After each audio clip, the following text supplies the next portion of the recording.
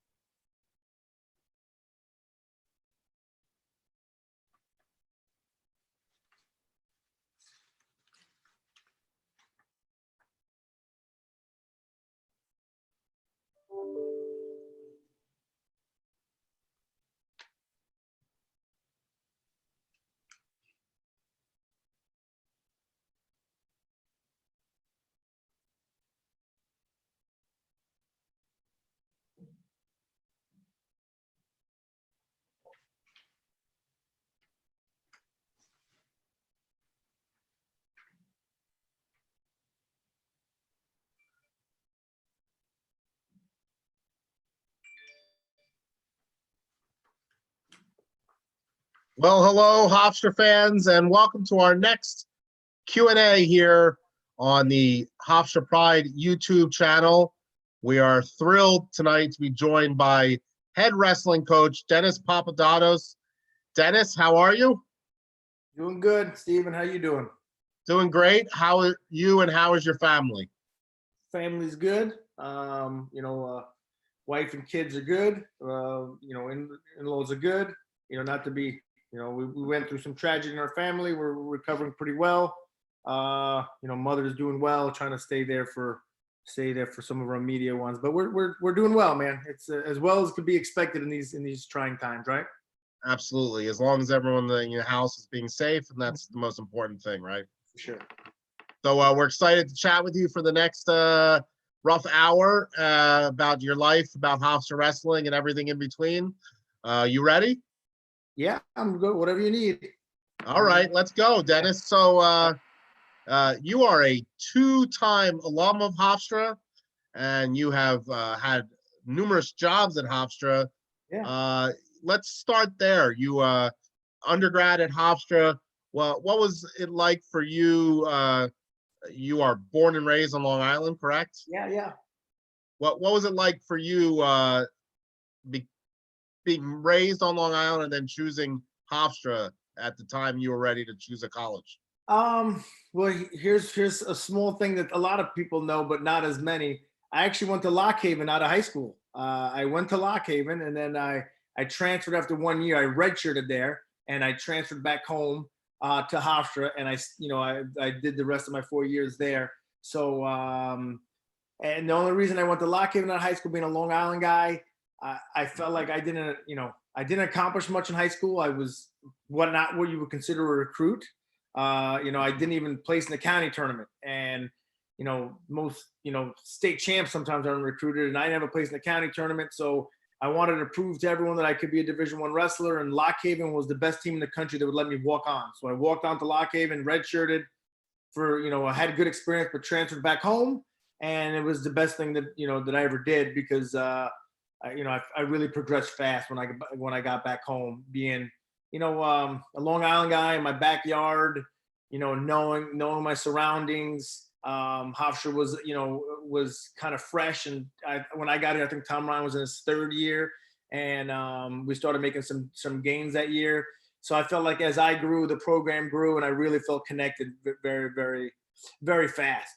Knowing Nassau County, knowing the people around, and then I pretty quickly turned into the guy that the Long Island people kind of gathered around, right? Like, just because I was this nobody, that my teammates at the time were Roman Flazar, who wasn't an All-American yet, but he was a two-time Jersey state champ, and Eric Schmiesen from Minnesota, and Rob Ansbach from Pennsylvania. Jason DeBruin just got there. He was a freshman. And then there was me, this Long Island guy that didn't place in the county. And then all of a sudden, I was nationally ranked, right? And then all of a sudden, like, the Long Island guys crowd really jumped in on me. They took me in as one of their own, and obviously I was, but everyone kind of fell in love with that story of, look at this nobody from our own backyard that stayed home and grew with the program. So it was I didn't realize it then, right? Like, when I was going through it, I never did it for anyone else. I never did it for the program. I never did it for Tom Ryan. I know, like, a lot of people, I don't ever remember waking up at 6 a.m. going for a run because I wanted to win for Tom Ryan. You know what I mean? I wanted to win for me. You know what I mean? And now looking back, I think as the program grew, and having Tom's belief in me, and having the teammates, and having the crowd really love the story of this local high school nobody turn into, I guess, a college somebody, per se, if that makes sense. It helped me a lot. I didn't realize it, but looking back now, I think it helped me more than I imagined when I was going through it, because I took strength from it. I definitely took strength from it. There's no doubt. Absolutely. Again, Hofstra fans, if you have questions for Coach Papadatos, he's a man of many words, obviously. So we don't know how many questions we're going to get in tonight, but on the chat window on the YouTube page, feel free to put them in there, and we'll try to get them in here. Dennis, you kind of talked about your career at Hofstra and how it was kind of an upward trajectory a little bit. Yeah, for sure. You kind of took off as you got back to Hofstra. 2 NCAA tournament appearances, 95 career wins. What changed for you personally during your time at Hofstra that allowed you to have so much success as the career went on? Belief and expectation. Same thing I try to tell the guys. Again, I made a decision. Yeah, I made a decision. I was a mediocre student in high school, an 85 average with like 1,000 on the SAT. And all of a sudden, I went to college, and I was a below average wrestler. I was barely an average high school wrestler. And I just decided that I was going to be great, or as great as I could possibly be. And, and all of a sudden my wrestling took off, and I was a 3-time, NWC academic All-American. I had the highest GPA on the team every year. I graduated with honors. So, like, once I made a decision that I was going to try to be great, everything kind of changed for me, and everything got easier, per se. And like I said, I had good support. I had good support from I had a strong family unit that wasn't very sport-based support, but they were like a safety net, always had my back. And then, the local fans. And then, like I said, I never, ever did it for anyone else, but I remember the story vividly. And I've told people this story before, but no one wanted me. I went to Lock Haven. When I knew I was going to transfer after a semester, I would text and email. I would text. There was no cell phones, right? I would email Tom Ryan and call him on his office phone, which is the same office number that I have right now. I would call him like every other day. I'm transferring. I'm coming home. He barely would return my call. He didn't want anything. I showed up the first day of the meeting, and I remember I'm like, hey, I'm here. And he's like, okay. And then I'm like, will you work out with me tomorrow? He's like, yeah, meet me here at 6 a.m. And I drove there at 6 a.m. He met me at 6 a.m. I knew he lived in Hauppauge, and he worked out with me. And then, I remember thinking, heck, maybe I'm not the only, this guy has a family, woke up, drove here just to work out with me. I'm a nobody. So maybe he believes in me a little bit. And then as I started working real hard, he took an interest in me very early. I'm going to be honest, like I said, a lot of Tom's interest in me is because he saw how hard I tried. He saw it when we run. I ran I would almost win every run. When we practice, I wrestled real hard. So he instantly said, this is a guy that's willing to work, and he put a lot of time into me. And I remember thinking, if he thinks I can do it, and I think I can do it, maybe I can do it, right? And then all of a sudden, it kind of took its own way, took its own road. So, and I think I just grew off that every single year, where every year I just felt a little more earned. Like, as I tell the guys, you got to earn the right to win. And every year I felt like I earned it a little more because I put the time in, and my expectation changed, and then my expectation changed a little more. So, I'd have to say that whole thing, that going through it, I thought it was all me. I'm gonna be honest with you. I thought it was all me. Like, I did it all myself. Now looking back, you start realizing, wow, I leaned on a lot of things all the way up. And so now as a head coach, I try to be the thing that the guys lean on, because I know they don't realize they need it. I know they don't realize they're getting it, but I'm going to be there because people did it for me without them telling me they were doing it for me. So absolutely, I'm appreciative of it. So we'll go to some fan questions here before we move on. We do apologize, fans. I know some of you have some recruiting type questions. We're not permitted to ask those. So this is about the current Pride and about Dennis Papadatos. So so if you have recruiting questions, we apologize, but we'll get to many of the other. You have a lot of fans, Dennis. Yeah, I like it. Thank you. Great. Then fans of the program, I hope, right? They are. We'll talk about your head coach later in the show during your undergraduate years. Obviously, he's meant a lot to you and Hofstra Wrestling. But let me ask you a couple questions. Best three wrestlers you wrestled against who are members of Hofstra's wrestling team when you were an undergrad. So your teammates. My teammates, simple. First and foremost was Eric Schmeezing. Obviously I was the 57-pounder. He was the 49-pounder. He was as tough. Man, I don't want to say I looked up to him. We were the same age. I looked up to him. I loved Eric. So honest, sincere, hardworking, tough, farm boy, strong, rip your skin off your arms with his forearm grip. Just crazy. So Eric, for sure. For whatever reason or not, and because we had a lot of teammates with a lot of accolades. Whenever I would wrestle Ansbach, he would just beat me. He beat me up, man. Like until we both got a little older. But overall, I had a hard time wrestling. Maybe it was a style conflict, but Rob definitely got the better of me way more than I got the better of him when we wrestled. So I'd have to say Rob as well. And lastly, for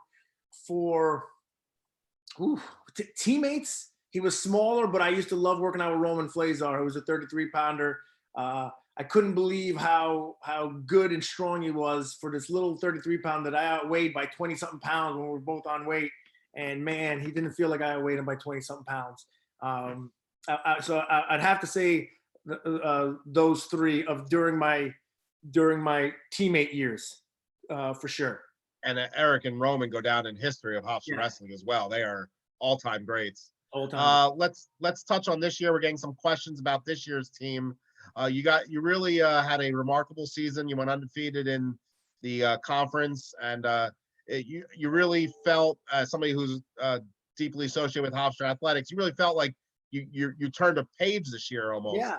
Sure. What went so right for you and your program this year, and what do you attribute it to? Unity. You go through a lot of things to get where you're at, not just me and everybody in the program. And this was the first year that everything felt ours, right? So Mike Patridge is here. I brought Mike. Jamie Frank was here. I brought Jamie. Mike Hughes, was technically on staff, especially in the beginning of the year as a volunteer assistant. I coached him. I brought Mike here.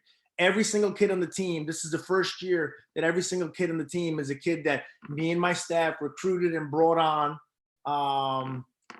So it just had a different feel from the get-go.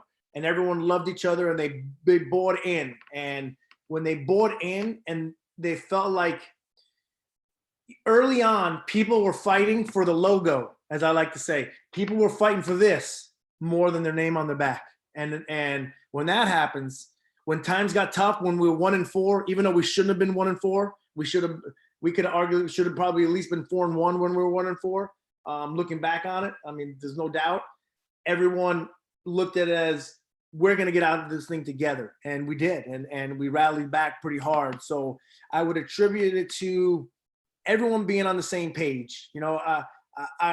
I would say we had some adversity the year before with injuries and many other things that happened, and I didn't handle them that well. And the season got on me, and whether I like it or not, I'm the leader of the organization. And when people see me struggling, they started struggling. And then I feel like I did a better job handling that. My assistants took a lot off my plate, and they did a great job. And the team, the team stepped up. The team stepped up. My favorite word to describe the year is home. It felt like home again. It's not. I don't want to say it without putting some down on the past, but it felt like home again. And you're comfortable when you're home, and you love your home, and you fight for your home, and you're willing to die for your home. And all year it felt like home again, and it was nice to be home. So that's probably what I attributed the most. The love that we have for each other as a staff and as a team really came together. What's the I guess we're getting a version of this question a little bit. What's the definition of a Hofstra wrestler? What does Dennis Papadatos look for in his student athletes on his team? Ooh, that's a great question. I love that question because we talk about it all the time. I am a firm believer in when we do recruit and we talk to kids, I want a no headache kid. By a no headache kid, I mean, I don't want to chase you down that you got to go to class. I don't want to chase you down that you're doing the right things outside. I don't want to chase you down that you're a good teammate. Like, those should be givens, right? You do those because you want to be great. I want to help you finish a high crotch. I want to help you mentally prepare for a match, me and my staff, right? So I want kids that want to succeed at everything, that you're trying to be a great individual. And that sounds cliche, and it sounds like I read it out of a book, and I probably did. But the truth is, we're not going to win a lot of wrestling matches because of technique. You win at life. You win with life principles. So the process it takes to be a great human being, that process is going to help you win a lot of wrestling matches, right? Be a good son to your parents. Be a good teammate to your teammate. Be a coachable kid. Be a leader. Be a good student in the classroom. Be a good friend when you're out. Protect your teammates. Treat your friends with respect. We're men's wrestling. We have all men on the team. Treat girls and women with respect. You treat your administration with respect. These are all things that if you focus on doing these things, the process it takes to do all those things makes you a better person, and you're going to win more wrestling matches. And at the end of the day, I like winning wrestling matches. So I try to focus on, the complete kid where I don't have to worry about anything else except your wrestling. That's our job. Our job is to fix your wrestling.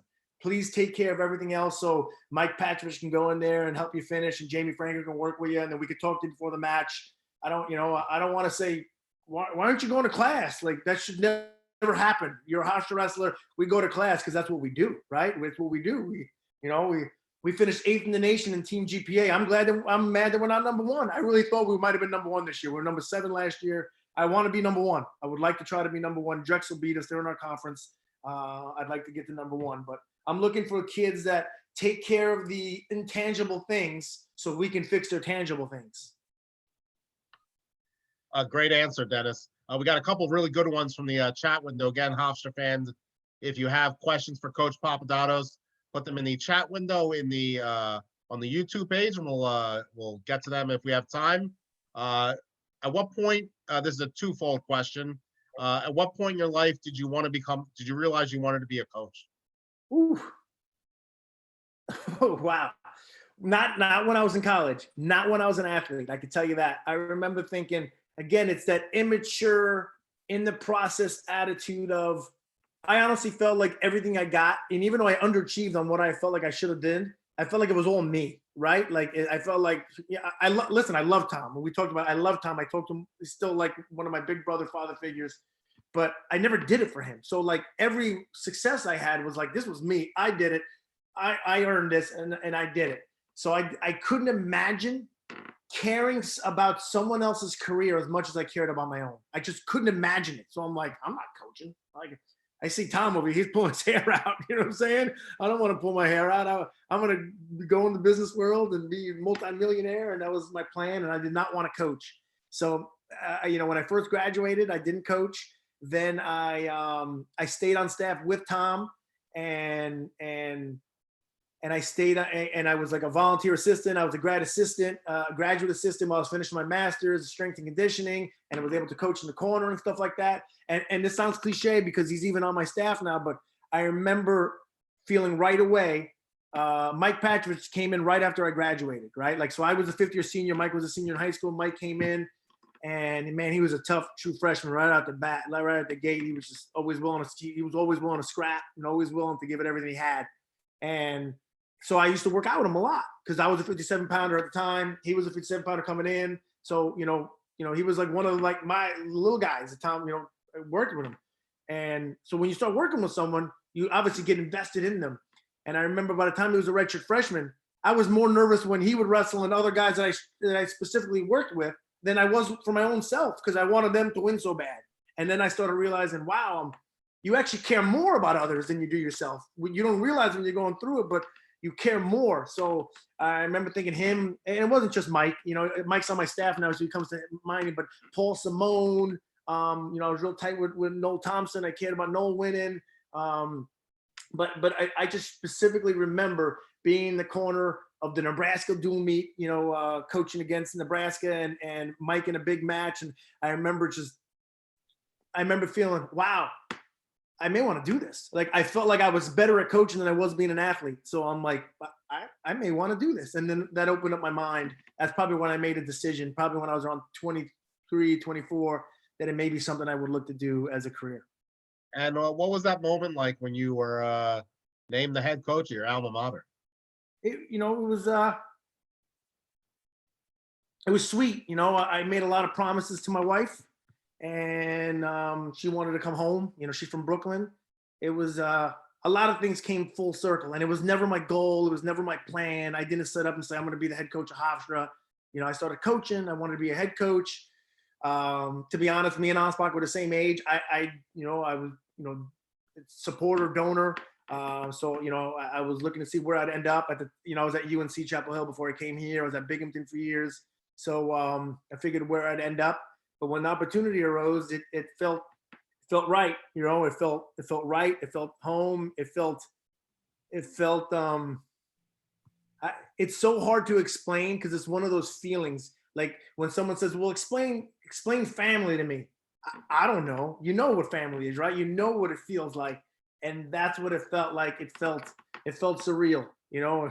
I come in the office and T Grind's name is on the door, and I was very close with the family, and you go in the wrestling room, and my blood, sweat, and tears realistically, seriously, were right here. You know what I mean? So as we try to tell the guys, I feel like us as a staff, we know a little better because I know what it's like to be a Hofstra athlete, not just a wrestler.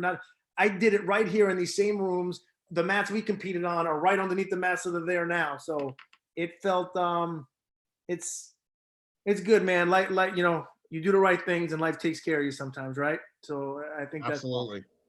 Let's continue. We're getting a ton of questions in the chat window, so we'll continue there. I'll put mine to the side for a moment. Okay. The fans want to hear from Dennis, so we'll hear from Dennis. All right. You had a really great season with some really tremendous wins. Obviously, we talked about going undefeated in EIWI EIWA play. What were you most happy? What match was most gratifying to you this year? Wow. This is a good amount. Ooh. I'm gonna give you a couple, and then after I give you a couple, I'm gonna come back to which one was the most, because it's hard to, beating Air Force was huge. Garrett Lambert came out with a huge pin. We were out Dylan Ryder. We didn't even have Dylan, and we beat a good Big 12 team. Zach Knight and Ward with a huge pin was awesome. Binghamton was finally getting a little bit of a monkey off my back. You know, I felt like we were better than them a few times that we lost to them recently. You know, on paper per se, that was a good win. The guys really fought hard in that match, and you saw their belief and their expectation. And when we wrestled them, we were kind of struggling. You know, we just beat Citadel the day before. We wrestled well, but I think we were 2-4 going into that match, and we won pretty handily. And it was just a kind of a little bit of a statement win. So at the time, I thought it was huge. Overall, you know, we beat Harvard for the first time. The most fun statement win is probably the George Mason match. They beat us the year before. They were a better team this year. And, you know, we won 40-5. And they're well coached. I'm very good friends with their coach. I'm not just saying that because I'm friends with them. They're very well coached. We felt like we could have beat them the year before, but things didn't go awry. But the way the team came together and the way that they fought for each other, and they came in like, we're good. You know, at that point, we won like 4 or 5 in a row. We're good, and we're going to send a message here without us having to say that. Here's a stat about that match a lot of guys don't know.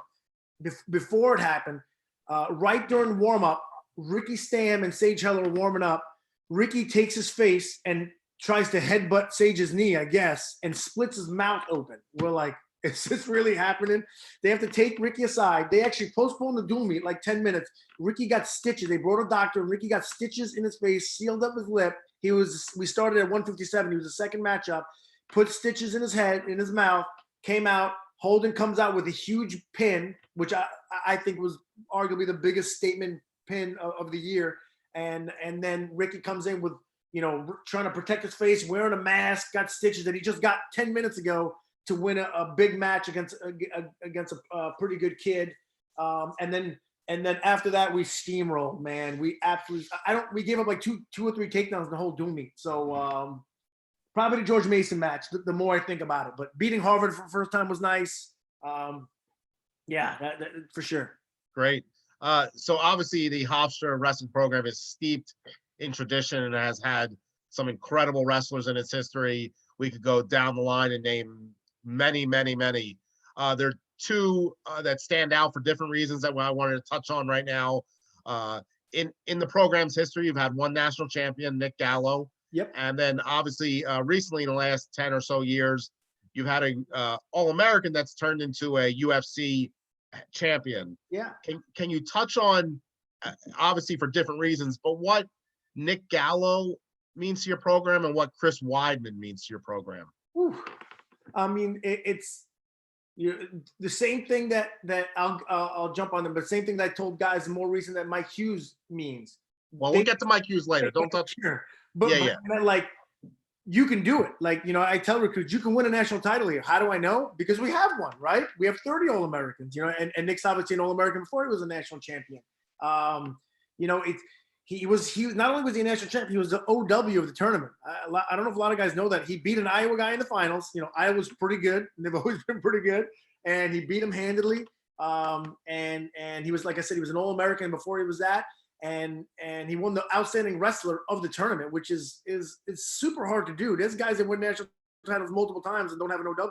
You know what I mean? So, you know, he's been supportive. His involvement with, with ASICs and all those years, which obviously all those demographics change a little bit, and our mats, and just been a great friend, supporter. I've known Nick since I was a freshman. So, you know, even when I wasn't coaching at Hofstra, we stayed connected. And now that I'm back, you know, very involved with my family, he's a good man, and man, he could wrestle. He's also a former head coach, right? He was a head coach at Hofstra as well. So, it means a ton to win a national title, and it's it's way harder to do, like, than people realize. I think some people think it's simple, man. It is hard to do.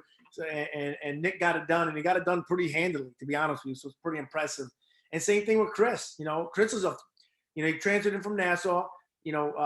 Chris made the national semifinals 4 times in 4 tries. You know, twice in junior college, twice in Division I's. Took 3rd the 1 year. And then take his success to be the world champion of the UFC. Arguably the most statement victory in history of the UFC. When he beat Silva. So it just shows you that you can be great here. And we're not asking you to be the great guy so we can help the future. We've been great here, right? We've been great here. These guys have done it, in the past. They've done it relatively recently. So, this is what you can do. And these guys are still around. And both those guys I talk to often, and they're very involved with our family. And they are our family. They're a part of our Hofstra family. So, we take all their successes as a stripe on the arm. I don't like when Chris fights, man. I get as nervous when Chris fights as I do anything else I do, as I do in Doom meets. It's crazy. What is the visibility that Chris has brought the program over the last 10 or so years? What has that meant for Hofstra wrestling? It's helped a bunch. You talk to recruits, they still ask about it. Does Chris Weidman ever come in? I'm like, yeah, Chris works out with Trey. Chris does his gym's right down the block. He's Chris. He's charismatic too, and he speaks well, and so he just brings notoriety to the university. Forget just the wrestling program, to the athletic department, to the university, to Long Island. And Chris is a prime believer on, he's loyal, and he remembers where he came from, and he respects Baldwin, and he respects his parents, and he respects Baldwin and his wife, who he's been with since high school, and his years at Hofstra, and he respects his National Community College singlet and his Hofstra singlet and all his time through the UFC. And just he's just a pillar for us. You know what I mean? He's a larger than life pillar that when you talk to him, I've known him since he was 16 years old. So sometimes I can't believe it when I put on the TV and he's on. I kind of laugh because it's Chris. You know what I'm saying? It's Chris, but he means so much to us. It's unbelievable, and I think he knows that. If he doesn't, I sure hope he does. Well, we got a couple funny ones, so you don't have to spend too much time on these, but I'm going to ask them just because they might get some humor out of you. Okay. How much do you love Charles Small? We got that question. I love Charles Grove, man. Charles is like that, he's I like Charles Small a lot. He did well. He did go this academic semester again. He turned it on late. He's when you figure out Charles Smalls, he's a great guy to have in your back. I love him. I'm glad he's here. I'm really glad he's here, and we're gonna be friends for life. Charles is part of my crew, man. He's part of my crew. There's no doubt. And the second funny one, which is your favorite Heller? You have 3 of them. Favorite Heller? Do I really got to go with it? Do I have to? No, you don't. I'm just asking you. You don't have to. I'm gonna answer. My favorite Heller. I don't know if I have a favorite. How about one that upsets me the least? You know what I mean? Sure. Which one is that? Sage. Because he listens the most. That's why. Sage listens the most. He also happens to be nationally ranked right now by Flow, 21st. He pins guys. He wins dual meets for us. Gets good grades. But the truth is, Sage is the least headache. But man, they're a bigger part of what we do because we're a family, right? And that proves that we're a family. Brothers come and they bring their brother and they stay because we love each other. And Sage is, we have Sage's family here because Sage is part of our family and they're part of our family, and we need all 3 of them. I'm glad all 3 of them are here, but Sage definitely listens the less or argues the least, at least with me. You know what I mean? Let's touch back on another alum here that you quickly mentioned before, Michael Hughes. During my time at Hofstra, one of the most beloved student athletes we've ever had. He was involved in everything as a SAC representative, and by the way, an All-American wrestler. Yeah. One of the best videos I ever saw was after he became a All-American. The video of him just talking about the moment. Yeah. Can you talk about what he means to you, and then also touch on what that moment is like for you as a coach when one of your student athletes is realizing that dream that they probably had since the first time they wrestled? Mike Hughes is what we talk about. Remember we talked about being a great human being? There we have it, right? Absolutely, the best. No doubt about it. Loyal. I love Mike. Like he's loving like one of my own kids, and not because he was an All-American. That doesn't hurt though. Yeah, it doesn't hurt. He also had the most wins in the nation one year. And he also had the most pins in the nation one year, which is unbelievable. He's meant so much. He was just a larger than life figure. His development over the years, because he bought in and he listened and he believed. And when he became an All-American, it's hard to do. I know a lot of people that have been coaching and coaching an All-American. He's not the first All-American I've coached. I've actually coached, I think I've counted 11 over the years. He's the first as a head coach though, which always feels a little different, right? Whether you like it or not, it always feels a little different. It was as satisfying a moment I've ever felt in my whole life. I'm married. I'm happily married. I got 3 healthy kids. I got offered the Hofstra job. I've coached All-Americans. I work with my friends. I work in my hometown. To kind of in a small world, I like to tell people there's only 80 Division I programs. I happen to be the head coach of one that was in my backyard.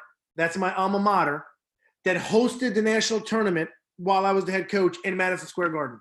How many people on planet Earth can say something like that, right? So out of all those moments, Mike Hughes being an All-American against the Oklahoma State kid is probably better than any one of those as well, right? It's gratifying. You feel like, I don't know if accomplished is the right word. You just feel like, man, thank God all those things I told him to do worked for him, right? That's the best way I could put it. Oh my God, I don't know if I was right, but thank God it worked, right? And thank God it worked, and thank God he listened, and thank God he believed and executed. I get choked up when I think about it, when I think about him, and when I think about that, and when I think about the ones we're going to have in the future, so it's huge. And it means as much as anything as much as, like I said, the birth of my own kids. You may think I'm crazy, and I don't care to think I'm crazy, but I love it that much that it brings me to those levels when things like that happen. We'd be remiss if we don't talk about another alum. Sadly, Joel Kisling passed away recently, but he's somebody that was very close to the program and someone you've obviously gotten close to. Can you touch on Joel? Obviously, he was a highly successful wrestler at Hofstra and in his career after Hofstra. Just give your thoughts. I mean, you offered them the day that he passed, but what are your thoughts on Joel? Just a loyal. I'm very big on loyalty. I love loyalty, and he is as loyal as any human being on planet Earth. Super supportive. Never had a negative thing to say. Times when we were struggling, he would be like, "Hey, let me help you. How can I help you? Don't worry about it. I believe in you. We're gonna be okay." And he's always not like, he felt when we were down, he felt down, right? And when we're up, he feels up. And just loyal dog. Come in. One of my favorite stories is, Mike. He loved Mike Hughes. Obviously, they're both heavyweight All-Americans, right? So, but before Mike was an All-American, Joel would come in. He would come into matches, and I walk into my office. And there's Mike Hughes, at the time ranked like 6th in the country, on the ground in my office on the carpet. And there Joel is running a bar arm on top of Mike, like showing Mike just one little move. And Mike's looking at me, and I'm just like laughing, right? Like, I'm just thinking, that's how much he cared. At that point, he already had like gout and some of his, he's having trouble with his foot, but he's on the floor at 60-something years old, running a bar arm on 285-pound All-American Mike Hughes to try to help him a little more to get a little better, right? And that's just who he was. He was a giver, man. He was a giver, and he is he's everything you want. He's everything you want in your parent, in your cousin, in your friend, so he means a lot, man. He's part of our family, and I'm excited about, getting together with his family, and we're gonna get on a Zoom call with them tomorrow and really try to remember all the good times. I don't know of any bad times. So for me, he's all good, man. That's wonderful words there, and you've touched on it both today and when the passing occurred, and it's really you show how valuable he was to the Hofstra family and how important he is to your program. another person that's really important to your program, and obviously was your head coach, and has turned into a legend in the sport, is Tom Ryan. Hofstra, he was at Hofstra for quite a while. Turned the program into a national power. 11 years. What I guess what are your thoughts on Coach Ryan, and what ultimately what does Tom Ryan mean to the Hofstra wrestling program? Hey, listen, he doesn't forget, right? Remember, I keep saying loyal. I love loyal, and Tom's loyal. He's loyal to me. I try to tell people all the time, because Tom he's a big shot now, right? He's big time coach of the year many times. The president. He's writing a book now too, right? He wrote a book. He's a celebrity. He's Tommy Showing the celebrity. But so when you get bigger, larger than life, everyone doesn't love you, right? Like sometimes some people rub the wrong way, let's say. And I tell people, hey, I'm biased, man, so don't bring up any of you with Tom Ryan. I can tell you this: he never did me wrong. He loved me like his own. He took care of me like his own. He protected me. He instilled belief in myself. He just means a lot to me because he was always there for me.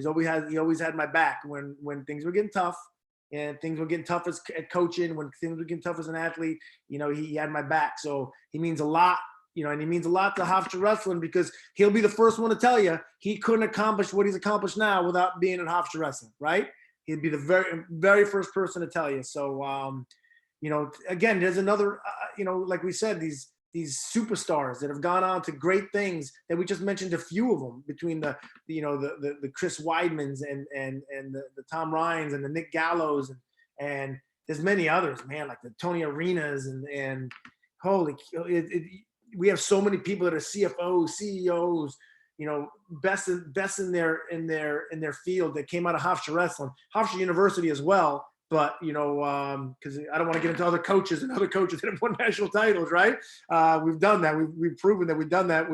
Our plan is to have the coach do it at Hofstra, right? Is the plan for the future. But he's meant so much because he's so big and he loves the Hofstra logo and he loves the colors and he loves everything it meant for him. And he's always going to be a big part of what we do and who we are because he's a big part of who we've been. So as long as I'm here, we'll always remember him. My guess is as long as anyone's here after me, he'll always be remembered because he's that guy and I love him to death. Absolutely. Well, let's talk about your past a little bit here. After graduating from Hofstra with your 2 degrees, I'm working on my third. Did you know that? I'm working on my third. Oh, wow. Are you? What are you getting a degree in here, Dennis? Another master's in higher education and leadership. Leadership. Oh, you know who just got a degree in that? De Jour Bowie of the men's basketball team. I knew that. I saw when they put that on, and I'm like, I'm doing that now. I'm getting another master's. Yeah, you can talk to De Jour about what's the best classes to take. I got named my first class, just so you know. Oh, congratulations. Thank you. So let's talk about your past. After Hofstra, as a student athlete and as a grad student, you then went to Northern Illinois. Yep. Then to Binghamton, and then to North Carolina. Yeah. What did each of those steps mean to you professionally that allowed you to be prepared for where you are today as the head coach of Hofstra Wrestling? The one thing that that I'm happy with, I don't know how many people have been lucky enough to be. I've experienced every gauntlet, right? I was a walk-on at 2 different universities. The first place I was a walk-on, we took 5th in the country at Lock Haven that year. So I was a walk-on twice, and then I was a scholarship athlete. Then I was a grad assistant. Then I was a strength and conditioning coach assistant. And then I was a volunteer assistant. And then I was a second assistant. And then I was the head assistant. And then I was an associate head coach. And then I was a head coach. I've been in everything other than a manager that I don't know how many people have done that. Most head coaches weren't walk-ons when they got to college. I've experienced every single gambit of being on teams that stunk and been on teams that have been top 5, top 10 in the country, coaching and competing. So I picked up experiences along the way of, because in every one of those roles, you see the end picture a little differently, right? I definitely see it very different as a head coach than I did as any of those other roles that I didn't realize you saw it so different. So I feel like every place and everything prepared me, because at least I feel this way. There's nothing you can tell me that I didn't experience or don't know firsthand. There's not, because I was you. I've been you. I've been you, and I've been you, and I've been in that role, and I've seen that role. I've done every single one of them. And I guess that's the mantra of my life. I'm a worker, and so I've never done things the easy way. So I guess that's the way I went about it. Climb the ladder accordingly. So I've been blessed. I've been blessed to have every single role and get experience from everyone. But along the lines, man, I don't know if God really loves me or whatever it is, but I'm going to give you some of my coaching tree. I was coached by Tom Ryan, and then I coached with Tom Ryan. He is the NWC president. It was the NWC president, coach of the year, NCAA champion coach. I was teammates with Kerry Kolat, who's also now the new head coach of Navy in my conference. Nominated for coach of the year, voted best high school wrestler of all time, Olympian, several time national champ, world finalist. Many people think one of the best coaches in the country. He was my teammate, and then we coached together at UNC, and I talked to him all the time.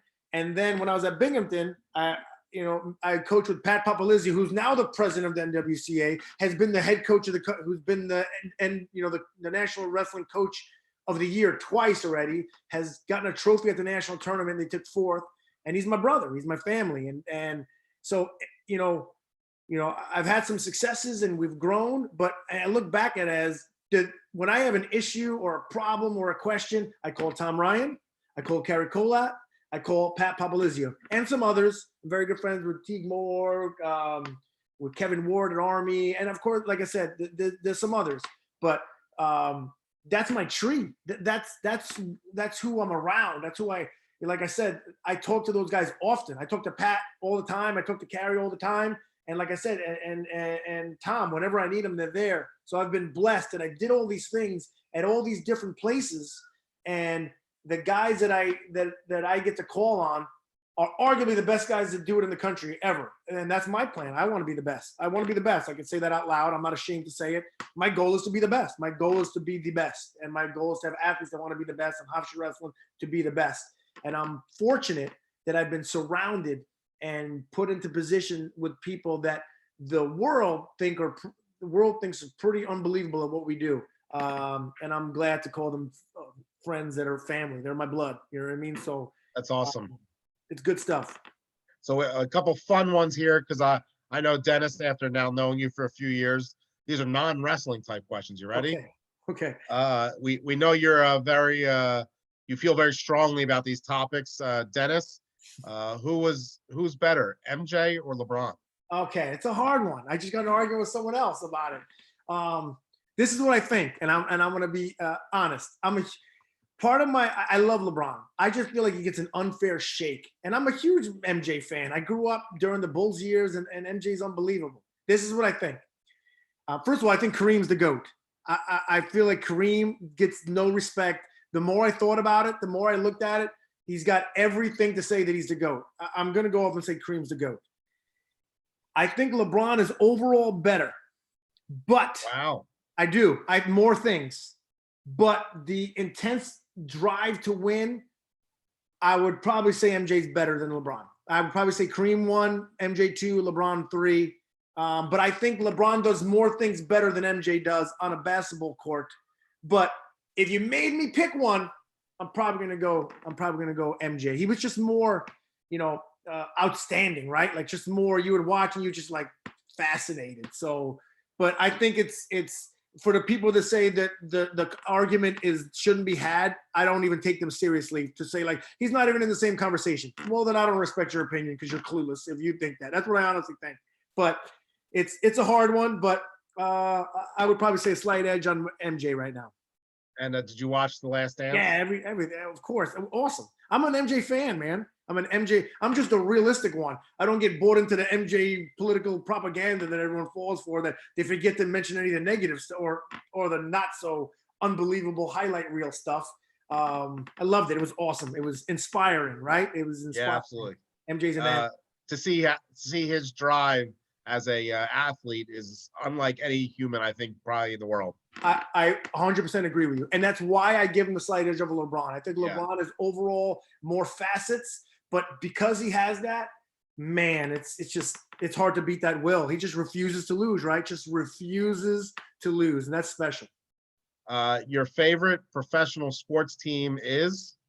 The Oakland Raiders. Yeah, I knew. Well, they're not the Oakland Raiders anymore. Yeah, but I'm an Oakland Raider. I've been a fan since they were Oakland when they won the Super Bowl when I was 5. I've been So a fan. are you still a fan that they're moving to Las Vegas? They really made me mad this year. So this was the year that I was like, you know what? If I'm going to switch, this is the year to switch. I'm going to switch right now. But then I'm a loyalist, man, so I can't switch. I like Derek Carr. I like Gruden. I'm a Gruden fan. So we're going to stay with it. We're going to stay with it. I can't. So I'll be a Raider fan forever, you know? Well, I had to touch on those two topics because I know that you feel very strongly about both of them. Yes. Let's turn back the page to wrestling here. I have a question on my list of questions. It's kind of a deep one. The sport of wrestling, it's maybe the most individual sport, yet you're part of a team. Yeah. How do you balance that as a wrestler, knowing that so much depends on you, yet you're trying to do something to help a team win as well? Takes maturity. That's what I've realized over the years. Takes maturity to understand the bigger picture. And the people that are more secure in themselves, you know, willing to be the team players, usually have more individual success. That's what I've noticed.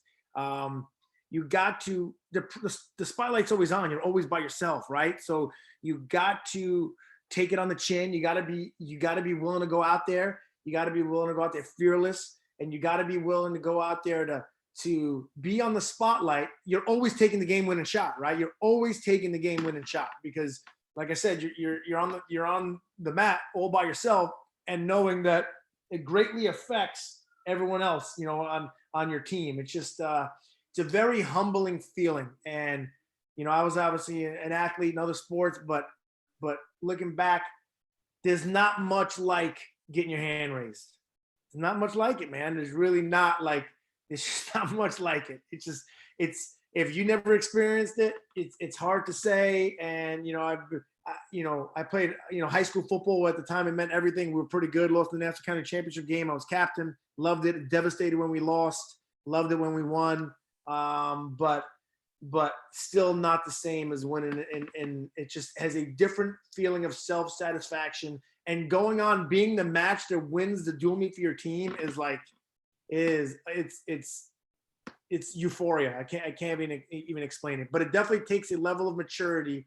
I find that the true freshmen that have the most success these days come in more mature. If it takes more maturity to win at this level than it does, and I don't mean physical maturity, I mean mental maturity and emotional maturity, which I definitely did not have when I was young. You need to be able to handle that and know what's going on in the moment. And guys that do will have more success. That it's bigger than you. It's definitely bigger than you. But at the end of the day, do your job, right? It's very Bill Belichick-ish. Do your job for the collective good. You worry about you. You worry about your job. You know, my favorite thing that I tell the team and I tell recruits, it's not your job to worry about anyone else. It's my job to worry about everybody. It's your job to worry about you, but it's also your job to love everybody. Love everybody, worry about you. I love everybody and worry about everybody. Unfortunately, that's my role. But the good news is, let me take all the burden of everybody. You just worry about yourself and love everybody else. And then the guys that buy into that usually do better fast. Another alum that I wanted to touch on, the next Hofstra Hall of Fame induction class will include a wrestler and one of the absolute all-time greats, three-time All-American John Massa, who you had the ability to be around. Yeah. Well, what are your thoughts on John and his wrestling career and the ability to see him inducted into the Hofstra Athletics Hall of Fame in the next class?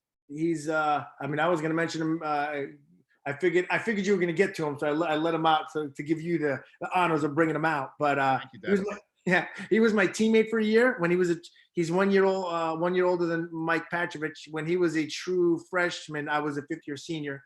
So I remember him as a little kid. I remember him as my teammate. I coached him. And I tell this all the time. Again, as I mentioned before, I was teammates with Kerry Kolat, who many people say is the best high school wrestler of all time. And I coach with him. John Massa has the most physical wrestling ability of anyone I've ever met still to this day. It is uncanny. Like, the things he can do should not be allowed, right? Shouldn't be allowed. He just, he grew up so much as a person, and he's so successful right now. He's even more successful in life than he was as a collegiate wrestler, which is hard to do because he was pretty darn good. Wrestled for Puerto Rico in the World Championships, won a match out there at Madison Square Garden in 2002 or 2003, I think. I can't read it. 2003, the year before Athens, Greece Olympics. Just loyal, just good-hearted, a jokester, and boy, did he have physical ability. And I'm a better person for knowing him. That's the truth. And he comes in, he still works out with some of our guys. He's an alumni, and he's taken a liking to some of our guys. And I've come into the wrestling room, and John Moss is in there with one of our guys just rolling around, and it's good to see. It means he cares about the program, cares about other people. He's a great dad. He's a great husband. He's a great, loves his Long Beach wrestling. John Moss is a special individual, man. He's a special individual. But when it comes to wrestling ability, he has more than you. Whoever I'm talking to, I'm sorry, John Moss has more than you. It's unbelievable, the stuff. You shouldn't be that fast and strong and explosive and flexible all at the same time. It's crazy, It's going to be great to see him get inducted into the next class. Hofstra fans, if you have any questions for Coach Papadatos, put them in the chat window. We'll be here for another 5 minutes or so with Coach. This has been a great nearly hour so far. And Dennis, we thank you so much for your time. Let's talk about, you've touched on them at length here in different questions, but your staff is incredible. You have a great staff. Your assistant coaches really bleed Hofstra as well. Sure. Can you talk about them for a moment and what they kind of mean to you and your program? This year especially, one of the best things that ever happened to me was I got out of my own way a little bit. We had less adversity, and I probably handled it a little better, but listening to, J.R. Tinian, there's another guy that bleeds Hofstra blue and gold, who's my sport administrator, has always said, you gotta give out more stuff to your assistants. They got to do more stuff. Not that they weren't doing anything. I'm just a doer, right? Like, I believe you do everything that's in front of you, and you do it, and you lead by example by doing. I'm not going to tell you to do something if I can do it just because that's how I was raised, and that's what I believe. I did a better job of delegating, and they took stuff on their own. They took stuff from me. They demanded stuff from me, and they took it and they ran with it. And I always trusted they can do it, but I legitimately got out of my own way and got out of their way and let them do some of the things that they do, and we flourished. You know what I mean? Not just our relationships with each other, but like as a program. It really got simple to the point of, there was times you would ask me a question. I'm like, I don't know, you got to ask Mike that, or I don't know, you got to ask Jamie that. But aren't you the head coach? Yep. And I trust my staff that they can do it. So don't ask me that question, ask them, because I let them do it and I follow their lead on it. So they've meant everything, and they are, they love this place. They love the singlet. They bleed it. They care about me personally, and I care about them personally. And we, they've turned into their little brothers, right? Their brothers, their families are involved. They put everything they got into this thing. And they care. They take great pride when Hofstra wins. We do it for the collective. I think everyone on our staff isn't trying to do things to build their resume, to do something else. Everyone on our staff does things, as I love saying, we do it for the logo, right? The logo means more than my last name. And I believe that for Jamie and Mike and Mike Hughes as well, that's been on staff recently. We'll see what we do want to volunteer in the future, because Mike will be teaching full time. The logo is so much bigger than us, and all of us believe that everyone puts their time and effort in, and the guys see it, and the guys love it, and they, I couldn't do it without them. There's things that I would talk about some of the things that they do, but I let them do it. And I just, like I said, I can't even tell you about it because I just let them do it. And I tell them, hey, fill me in. So when people ask me questions, I have what to tell them because I trust you. And they've delivered, they've knocked it out of the park. And it's, a major reason for our more recent success and what we hope for the success to be for the future. Great answer. Yeah, we have time for about 2 more questions. I have one fun one from the chat, and then Okay. I'll close with a kind of another serious question. I was not aware of this, Dennis. I know you pretty well, but one of our Hofstra fans is aware of this. Who is your favorite all-time character from any of the Star Wars movies? Are you a big Star Wars fan?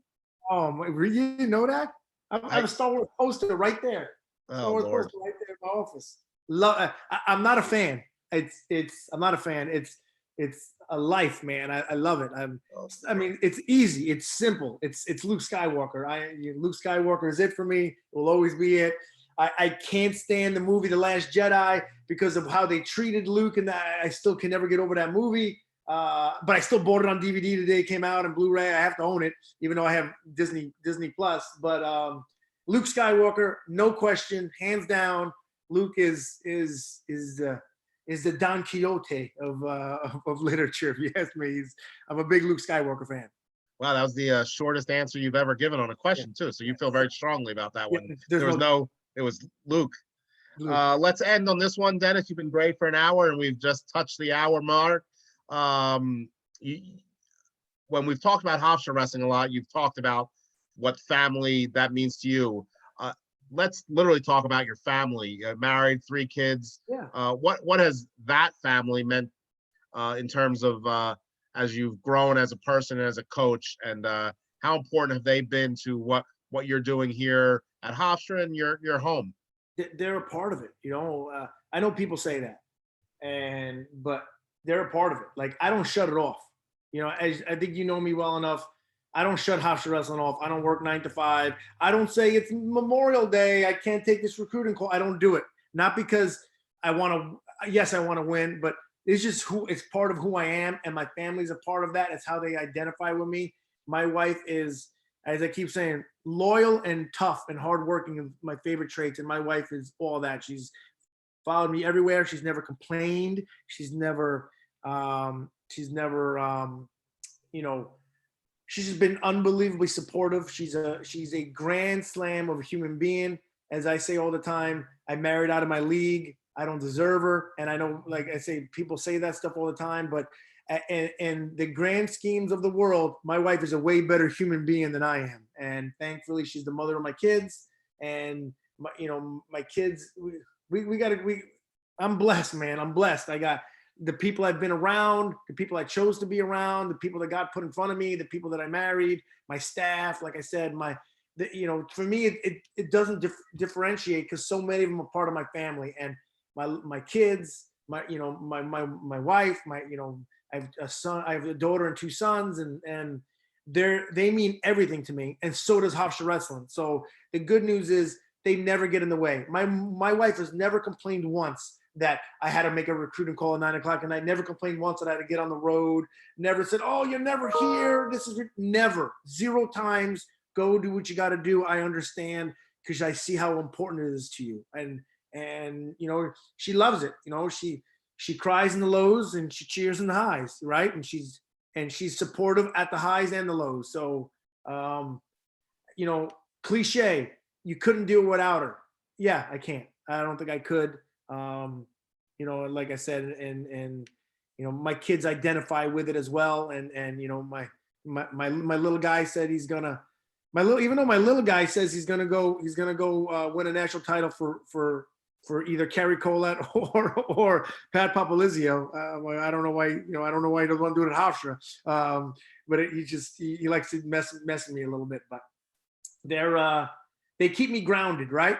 They keep me grounded. Hofstra Wrestling keeps me high, and Hofstra Wrestling sometimes keeps me low. My family keeps me grounded, and that's who they are for me. They're my ground, right? They're my ground, and every once in a while, they're my power supply. So I love them, and I appreciate them more than anything. Wonderfully put, and wonderful way to end it. Dennis, there's a lot of people that bleed the blue and gold of Hofstra. I'm not sure many do it with the passion that you do it on an everyday basis. And it's been a wonderful hour talking about you and your life and your time here at Hofstra. Yeah, thank you so much for your time, and we wish you well. Thanks so much for, obviously spotlighting our program today. You guys do a great job. I've watched the other ones, and these are all important. And like I said, it's a great thing for Hofstra Wrestling. We're excited where we've been. We've excited where we've been, even some of the lows. We're excited where we are, and we're excited where we're going. And we couldn't do it without all the support. I'm so glad all the people came out, and we're appreciative, man. Me, my staff, my family, and the program, we're appreciative. And like you said, this is who I am. Hofstra Wrestling is always a part of me. So I take it personal. They say separate, personal and business. Well, this is my business, and I take it personal. So I'm sorry if that bothers you. It's my business, and I take it personal. When Hofstra Wrestling loses, I don't like it. I didn't like it when I was coaching somewhere else, unless I gave them the loss. But I didn't like it when I was coaching somewhere else, and I definitely don't like it now as an alumni and the head coach. Well, Dennis, thank you so much for the hour. Be well, be safe, and as always, be Hofstra strong, especially in this time. Thank you, and we'll talk again soon, Dennis. Be safe, everyone.